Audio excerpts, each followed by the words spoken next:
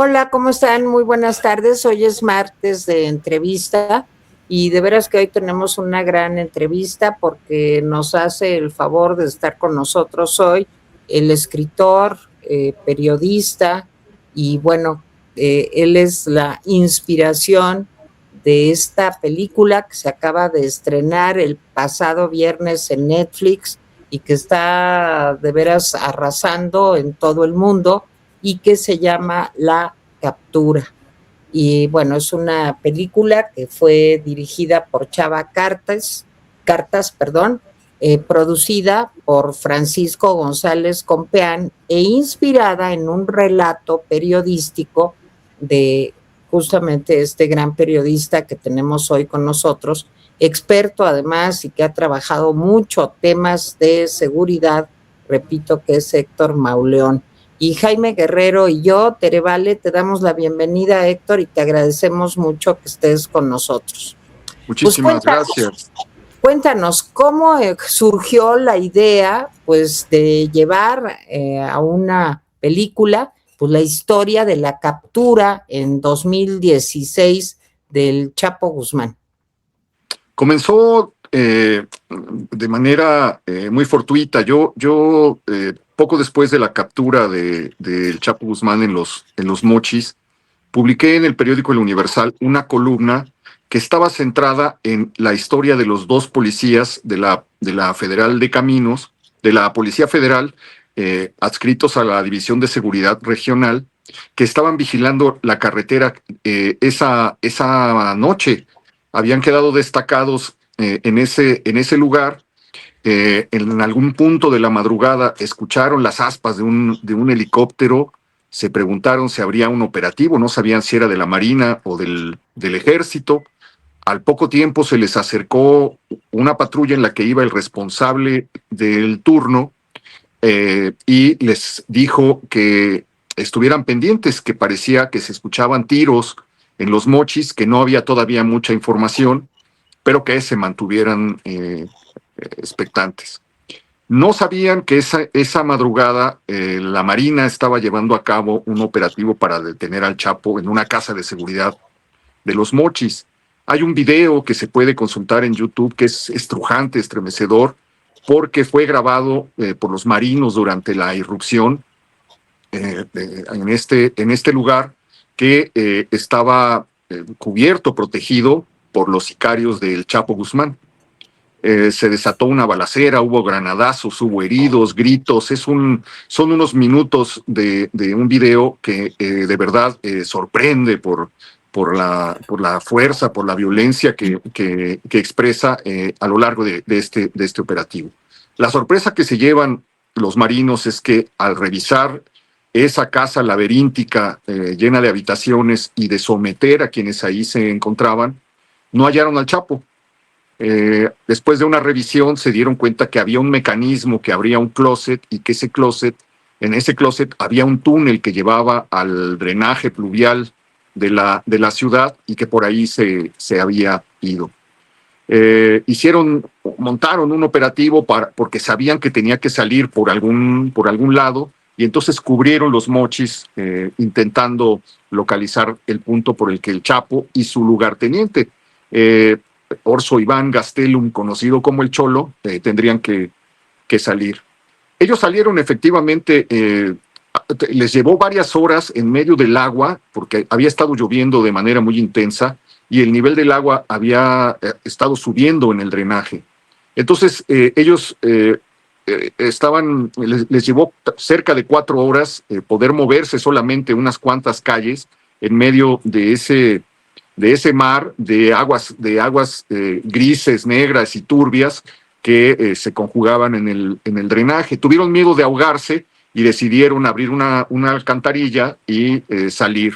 Salieron a una calle más o menos transitada cerca de las 9 de la mañana y se robaron un coche que se les descompuso y se robaron un segundo auto, un Focus rojo, en el que uno de los dos, parece ser que el Cholo, cometió el error de devolverle a la señora que lo manejaba su bolsa.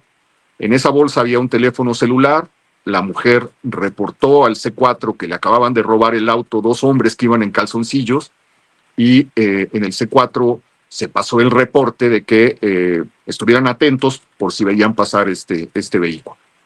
Los dos policías federales que habían pasado la noche patrullando la carretera y estaban apostados debajo de un puente, vieron de pronto pasar el Focus rojo, se lanzaron tras él sin saber muy bien quiénes iban adentro, lo detuvieron y en el momento en el que lo detuvieron se dieron cuenta de que adentro iba el Chapo y que el que iba manejando era nada menos que el Cholo Iván.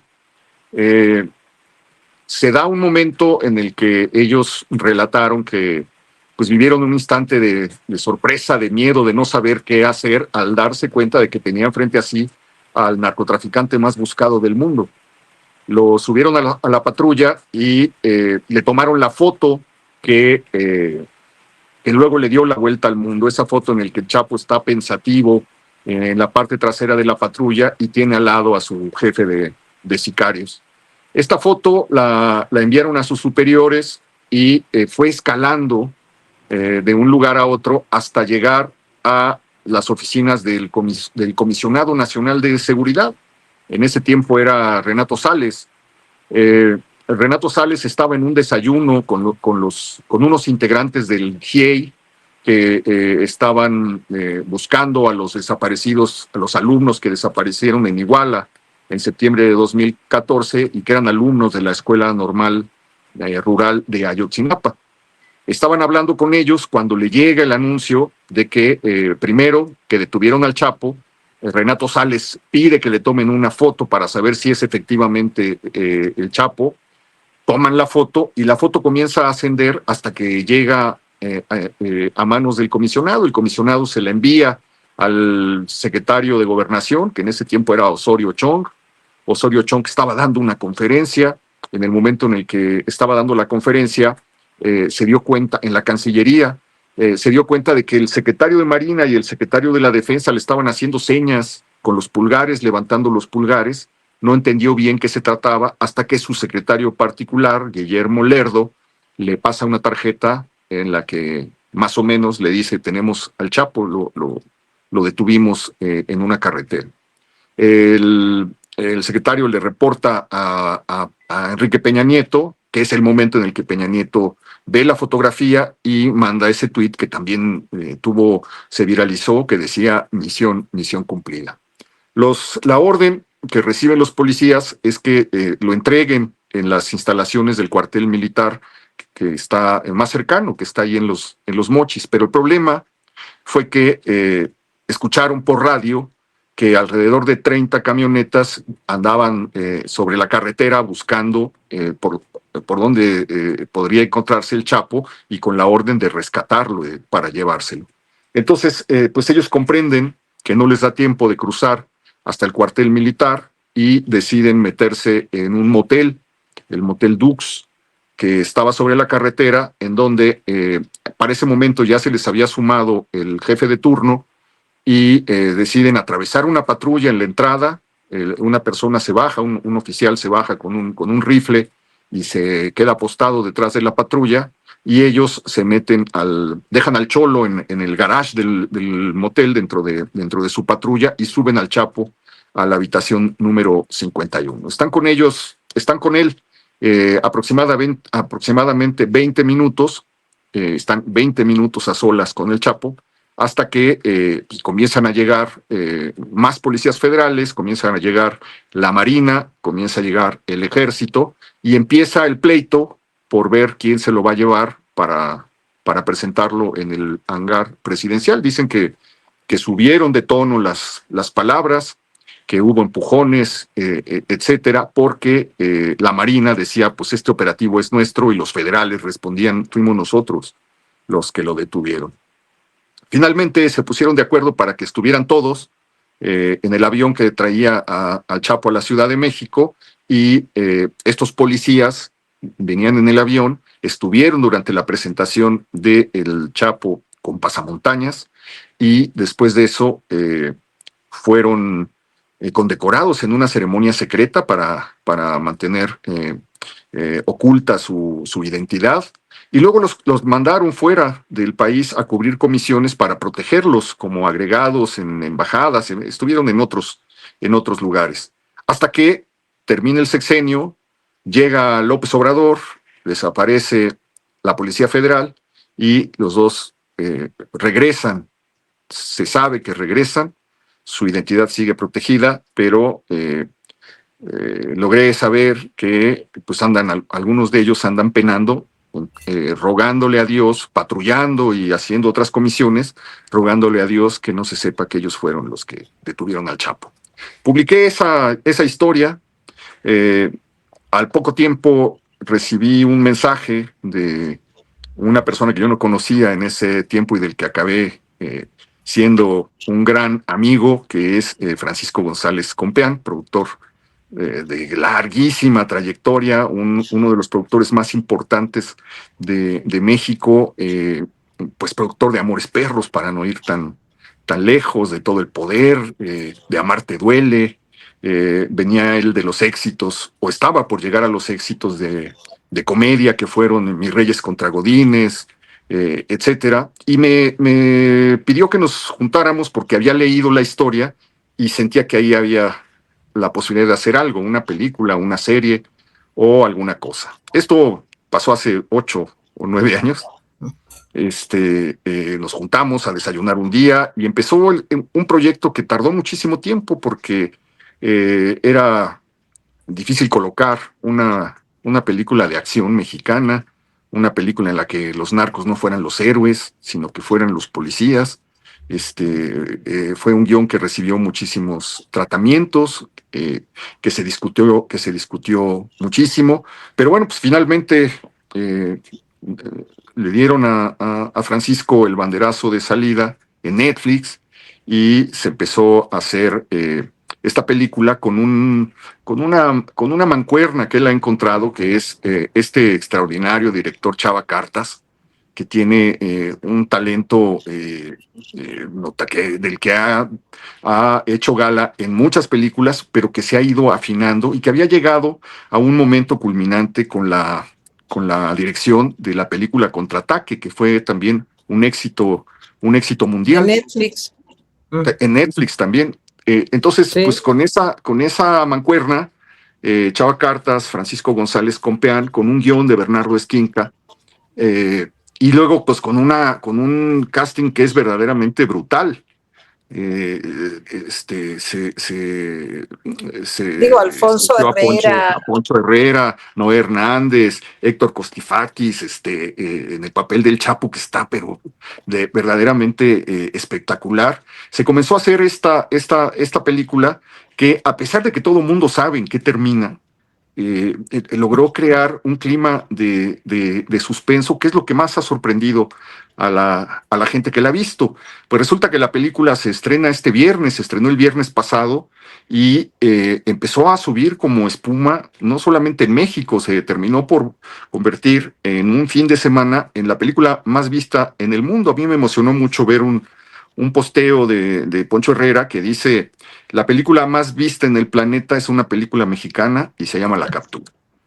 Se logró en solamente unas cuantas horas. Ahí está la mayor parte de los comentarios que yo he visto que están derramándose en las redes sociales. Son positivos, no solamente son positivos, son completamente entusiastas porque abren la puerta en un país agobiado por sus males, por la corrupción, por el avance del crimen organizado, abren una cosa que ya había pasado cuando yo escribí esta historia, porque cuando se publicó 20 minutos a solas con el Chapo, tuvo 500,000 de vistas en muy poco tiempo. Fue una de las columnas más leídas ese año en el Universal, y el comentario era precisamente eso: no todos son malas noticias, también hay mexicanos que están haciendo su trabajo y que están del lado de los buenos.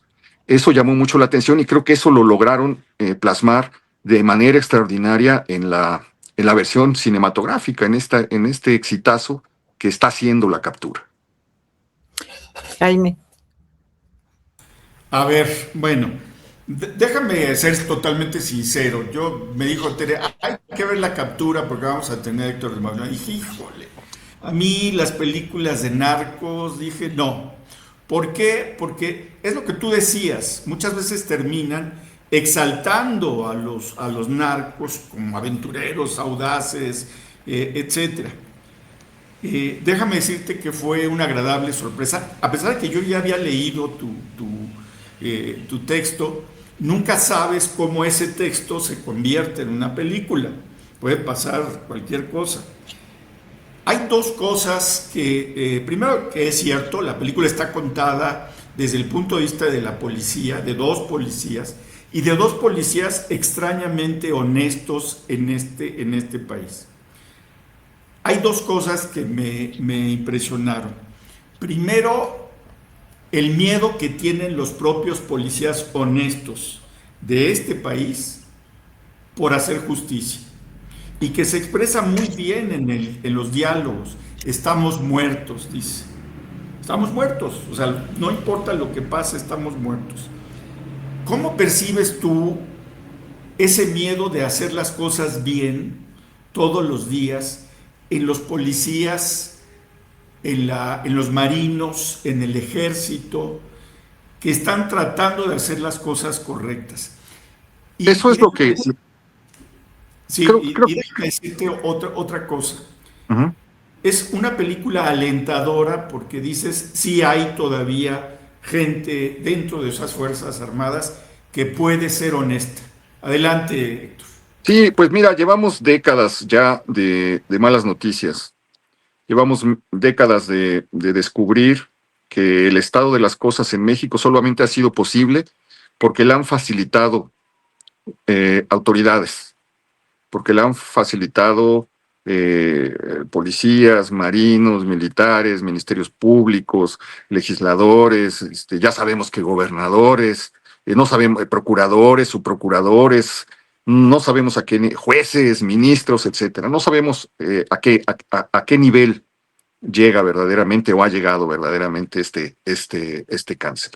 Entonces llevamos décadas constatando el derrumbe de México y al mismo tiempo creo que esto es lo que hace grandes a los dos personajes, porque en el momento de la detención ellos no saben en quién pueden confiar, no saben si el jefe, efectivamente es la sensación de que hagamos lo que hagamos estamos muertos, si lo dejamos ir nos van a matar.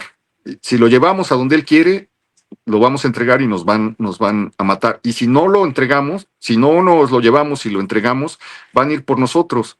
Entonces, el riesgo ahí era quedarse solos, no ser protegidos. Y luego no saber también en quién confiar, no sabes si el de arriba o el de al lado. Incluso hay un momento en la película que me parece muy bien logrado, en el que hay una especie de duda entre los dos ocupantes de la patrulla sobre el otro. No saben si va a jalar o no saben si no va a jalar o va a traicionar o en qué andan. Entonces, ese clima de desconfianza creo que colabora mucho en el suspenso que logró la película. Y luego el otro momento pues es que en el instante que pasan en la patrulla, desde que suben al Cholo y al Chapo, hasta que llegan al hotel y lo que pasa dentro de la habitación, pero señaladamente en la patrulla, lo que hay es 4 personas que tienen miedo. Los policías tienen miedo, el Cholo también tiene miedo y el Chapo, cuando se da cuenta que no lo van a llevar a donde él quiere, a pesar de los ofrecimientos de millones de pesos de empresas y luego a pesar de las amenazas de esto va a ser un reguero de sangre o varios van a morir los que no me avisaron que venían por mí, van a venir los que no vinieron a rescatarme y van a morir los que creen que me pueden entregar. Creo que eso es algo que se le debe reconocer a quienes en la vida real cumplieron con su deber a pesar de estas cosas, pero creo que está logradísimo. Noé Hernández de verdad hace una actuación brutal como uno de los dos agentes y Poncho Herrera pues es que parece un policía de caminos, es impresionante el nivel que alcanzan. Y es impresionante lo que hacen los otros dos. O sea, tú estás viendo al Chapo y estás viendo al Cholo. Entonces, pues creo que eso es parte del fenómeno que ha resultado la captura.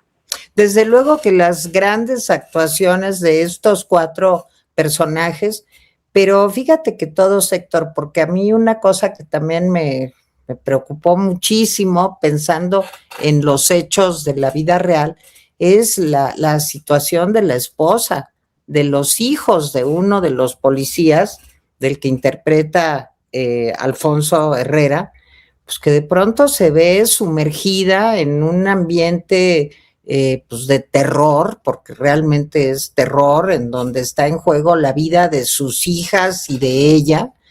Y bueno, creo que las niñas, la esposa, pues juegan también ahí un papel muy importante, porque el policía Carmona, pues ya había resistido, pues ahora sí que los cañonazos de te doy 10 millones de pesos si no me entregas del Chapo, o te doy 15 millones de pesos, te resuelvo tu vida, vas a ser feliz, no vas a tener nunca más problemas. Pero cuando se toca la familia, y yo creo que esta es una práctica también, pues que sucede en la vida real más de lo que podemos creer, ¿no, Héctor? Sí, desde luego, esa parte tenía que ser una parte inevitable en el relato cinematográfico, porque también de este lado de la realidad, pues hay que dimensionar quién era el Chapo. Era el responsable de más de la mitad de las muertes que ocurrieron en México durante el tiempo de su actividad. Abrió flancos y frentes de guerra por todas partes, se metió por todos lados, luchó con los Zetas, eh, peleó con la familia michoacana, se hizo enemigo del cártel Jalisco, etcétera. Entonces, llenó el país de sangre. Los relatos que hay, que a pesar de que lo pintan como una persona que, pues no, hay relatos verdaderamente aterradores alrededor de este personaje. Entonces, poder que 2 simples patrulleros de caminos se encuentren un monstruo de este tamaño, pues ya hace que se vuelvan ejemplares, ¿no? Jaime.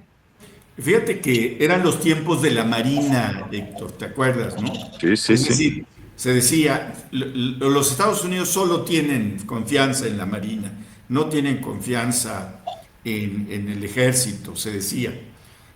Saliéndome un poco de la película, ahorita regresamos, pero después de Rafael Ojeda y el Huachicol Fiscal, ¿dónde queda esa fama de la Marina, Héctor?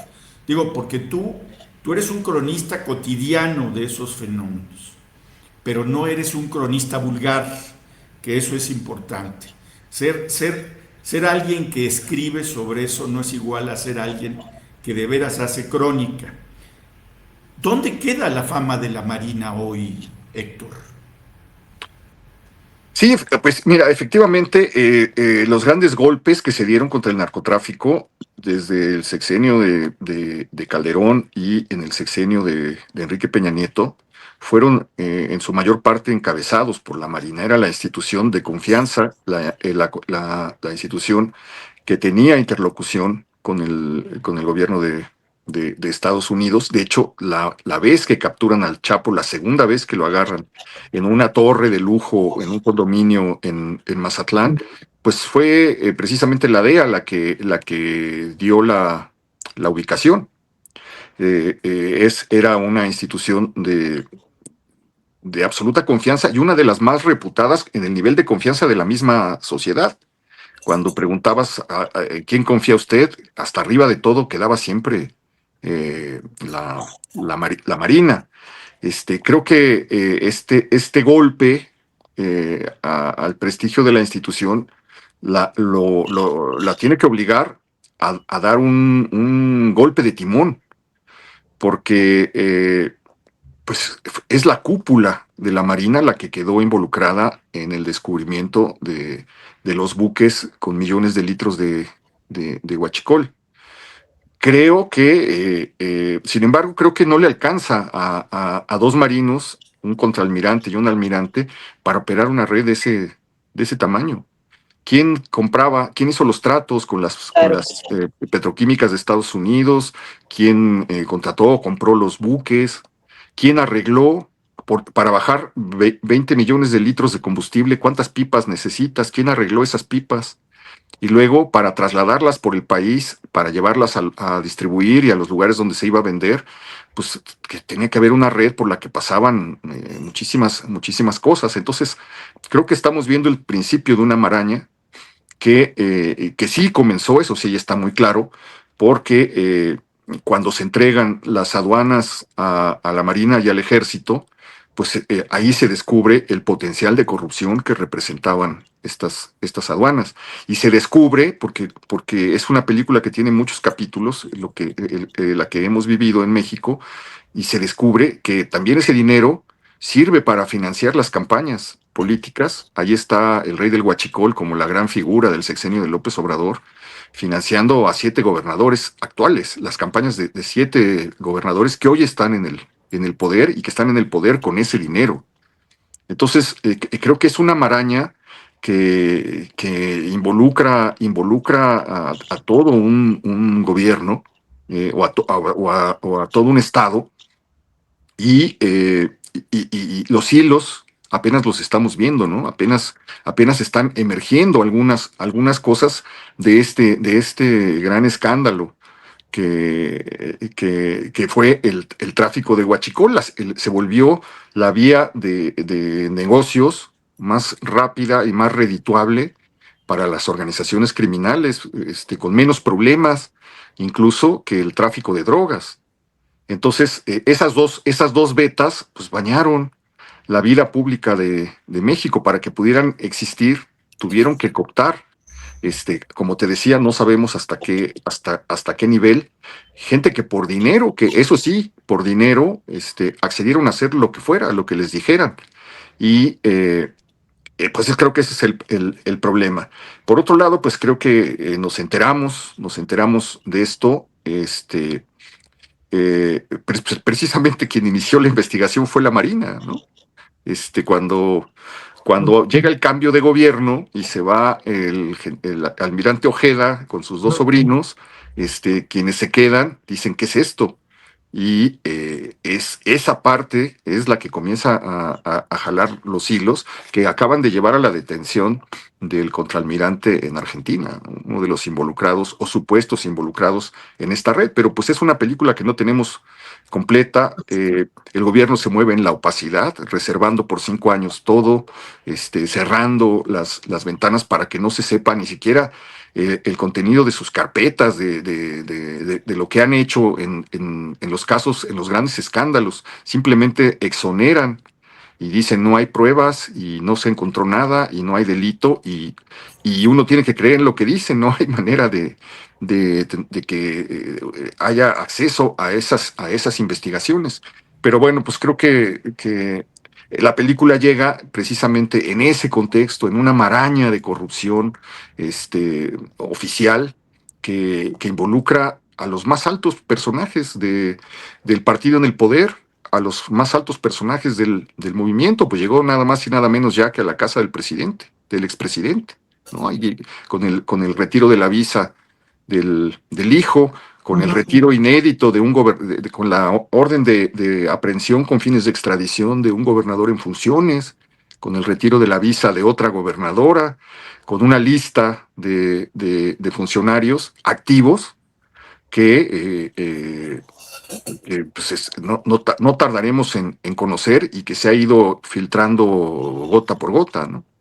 Fíjate, Héctor, que cuando vi la película, toda se desarrolla en Los Mochis, a mí me dio mucha tristeza, porque sigue siendo Sinaloa, sigue siendo Los Mochis, Badiraguato, Culiacán, en fin, como el centro, pues, de una lógica criminal que a todos nos preocupa y nos produce mucho miedo. Yo creo que los mexicanos estamos como los 4 personajes adentro de la patrulla. Todos tenemos mucho miedo.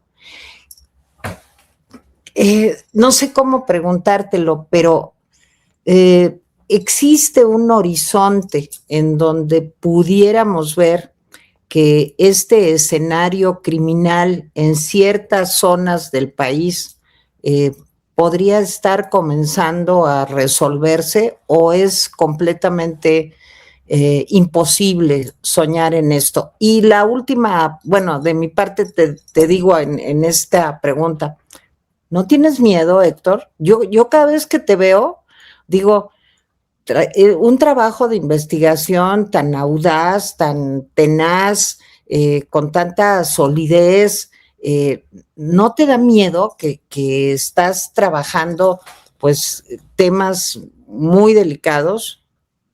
Mira, creo que eh, se ha atacado, desde luego hubo un cambio en la política criminal, ¿no? Con el cambio de sexenio, de los dichosos inventados abrazos no balazos que permitieron el avance del crimen organizado a niveles históricos, que dejaron un nivel de muertes en el sexenio que no se había visto nunca, que dejaron un nivel de desapariciones que no se había visto nunca, que llenaron el país de fosas, que llenó el país de fosas clandestinas, que dejó que los grupos del crimen organizado avanzaran a regiones y municipios donde antes no operaban, municipios tranquilos que ya son infiernos. Creo que sí hubo un cambio, que fue cancelar la política de abrazos no balazos e iniciar una fase de persecución y detención de grupos criminales, de desmantelamiento de grupos criminales. Lo que falta es la otra parte, porque nada más el crimen organizado tiene dos patas y la otra pata no la han cortado.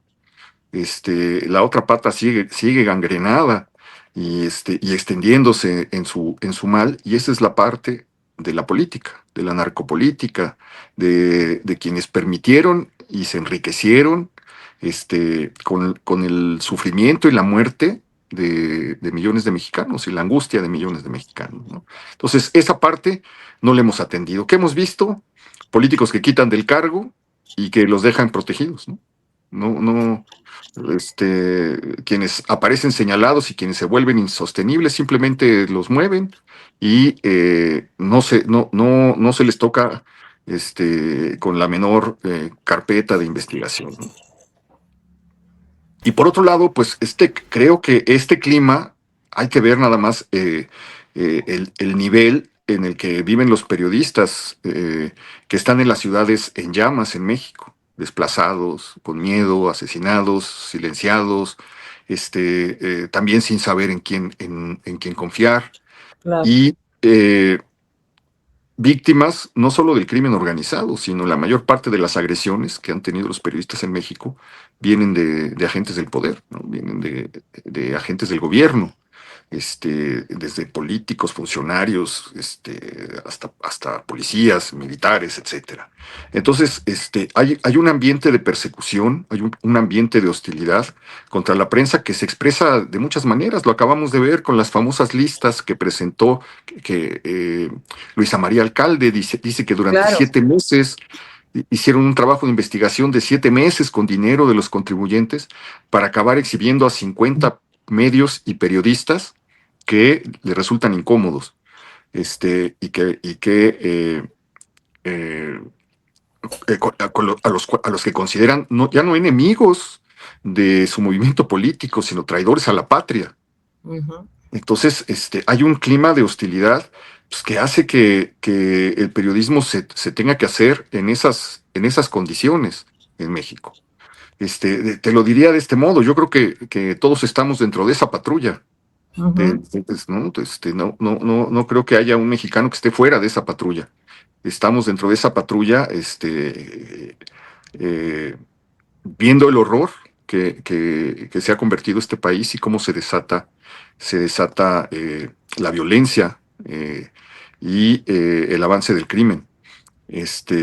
Por eso creo que, volviendo un poco a la película, por eso creo que el papel de estos dos personajes ha causado tan buena impresión. Uh-huh. Estaba yo viendo los comentarios que le pusieron a la película, y todos los comentarios, la mayor parte, de una manera abrumadora, es por la puerta de esperanza que abre el ver que sí pueden existir policías como estos, ¿no? Jaime. Fíjate que hay un momento en la película, bueno, hay como 2 o 3 momentos claves en la película, y uno de ellos es cuando le dice el Chapo a Carmona del dinero y le contesta, ¿tú crees que haciendo tus capillitas vas a lavar todo lo que has hecho? Porque mucha gente te dice eso, te pone a los chapos como una especie de héroes bandoleros del siglo XIX, que sí, matan a alguien, pero te ponen capillas, escuelas, etcétera. Y ese diálogo, que hay un diálogo similar con el otro policía, cuando le dice, yo me voy a jubilar el año que viene, dice, pero no quiero, si me jubilo y meto a la cárcel a gente como ustedes, me doy por bien servido. Creo que son 2 diálogos fundamentales dentro de la película porque te demuestra que estos no son héroes y la gente no debe considerarlos héroes. Y tenemos que quitarnos la idea de eso. Y lo que ha pasado en este país es periodistas que critican al poder, a gobernadores o presidentes municipales, y el crimen organizado los mata. Hay un nexo ahí, y ese nexo nunca se nos debe olvidar con eso de que hacen capillas y escuelas, Héctor. ¿Cómo ves eso? No, totalmente de acuerdo. Ha habido un momento de glorificación del narco, ¿no? Simplemente se ve en la manera en la que la palabra narco se incorporó en nuestro lenguaje. Hablamos de narcocultura, de narcoarquitectura, de narcoseries, narcoperiodistas, este, narcopolíticos, etcétera. Por todas partes aparece la palabra y hay algunos encontraron una beta muy redituable en exhibir a estos narcos desde el punto de vista de pues, sus mujeres, sus albercas, sus mansiones, sus joyas, sus fajos de dinero, sus carros, sus camionetas, sus escoltas, el poder desmedido que tienen, y acabaron glorificándolos. Podía ser el narcotraficante más peligroso de México, pero llevado a una serie, el público acababa queriendo que no le pasara nada. Entonces, eh, creo que esta beta, este camino que abre Francisco González Compeán, es un camino que se puede seguir para expresar ya el nivel de hartazgo, que ya se ve, ya se refleja en muchas zonas de México frente a la gente que vive con la bota del crimen y de los narcos en el cuello, ¿no? Y es también cambiar como los modelos de identidad, ¿no? De identificación para los chavos, para los jóvenes. Pero a ver, Héctor, yo te preguntaría, ya sé que estás súper ocupado y nos abriste un espacio, cosa que te apreciamos mucho. No, muchas gracias, muchas gracias. ¿Qué reacción después de todo lo que hemos pasado en estos últimos días? No puedo dejar de preguntártelo. ¿Crees que pueda tener Estados Unidos el crimen organizado y cómo van a seguir las cosas, pues, digamos, políticamente hablando, a la luz de las elecciones del año entrante? Está muy difícil todo lo que te pregunté. No, fíjate que yo creo que si revisamos los acontecimientos, aunque parezca que están separados y vamos juntando las piezas, van formando una figura, ¿no? La figura es que el contrapeso llegó de Estados Unidos. Cuando el tema de las drogas y del fentanilo se dejó de ser un problema de salud para convertirse en un problema de seguridad nacional, toda la ecuación cambió. Y si uno ve las declaraciones, la manera en la que se han acelerado las declaraciones históricas del gobierno de Estados Unidos con respecto de México, es evidente que están preparando el terreno, pues desde que hablaron de la intolerable alianza en enero del año pasado, no han cesado las declaraciones de los más altos funcionarios de Estados Unidos señalando la colusión de políticos mexicanos con el crimen organizado. Sencillamente, al regreso de Rochamoya a la gubernatura, en días pasados, apareció en el mismo momento el jefe de la DEA para decir, en México hay políticos involucrados con el crimen, con el narcotráfico, ¿no? Y vamos a ir por ellos. Entonces, creo que por ahí viene una embestida que ya cimbró el edificio de la 4T con la solicitud de extradición de un narcogobernador, con el retiro de visas de incontables personajes, con el retiro de la visa del hijo del jefe de todos ellos, y la manera en la que se ha ido erosionando el entorno. A mí me llama la atención, recuerdo que fue Marco Rubio el que dijo que López Obrador era el jefe, ¿no? De todos estos grupos. Él lo tiene atravesado desde hace tiempo, y lo que ha estado haciendo Estados Unidos es ir erosionando el entorno de López Obrador, ¿no? Y acá yo a Adán Augusto López del poder infinito que llegó a tener, el segundo hombre más poderoso de México, candidato a la presidencia, precandidato a la presidencia, etcétera. Y se va acercando, se va trazando un cerco que ha estado anunciándose. ¿Por qué van al G7 a decir que México está gobernado por los cárteles? ¿Por qué van ante países del mundo a hacer esa declaración? ¿A propósito de qué? Entonces creo que están preparando el terreno, justificándose ante el mundo para llevar adelante eso, porque además pues tienen las elecciones encima. Entonces, probablemente pues veremos algunos movimientos próximamente, probablemente. Jaime. No, simplemente agradecerte, Héctor. Es una Hombre, gracias película a ustedes. muy ágil, muy bien narrada, y te voy a decir algo que siempre se me atraviesa: con buen sonido, cosa que le agradezco, Y porque claro, las películas mexicanas te tienes que Sí. ser como mi grabación ahorita, o sea, no oyes.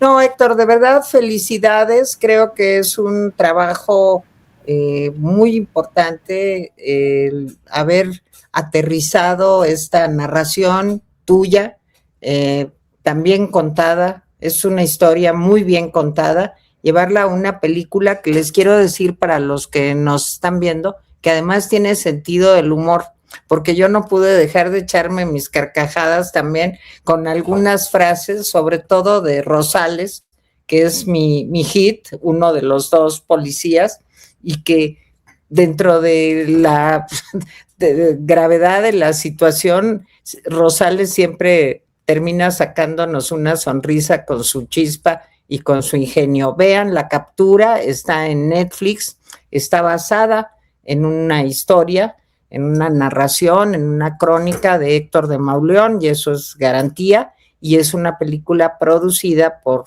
Francisco González Compeán y dirigida por Chava Cartas, con las actuaciones de Alfonso Herrera como uno de los policías, como Carmona, y Noé Hernández, que les digo que pues, ya es mi novio, cuando lo conozca le voy a declarar mi amor ahí, Héctor, a Noé Hernández como Rosales. Grandes actuaciones, de verdad.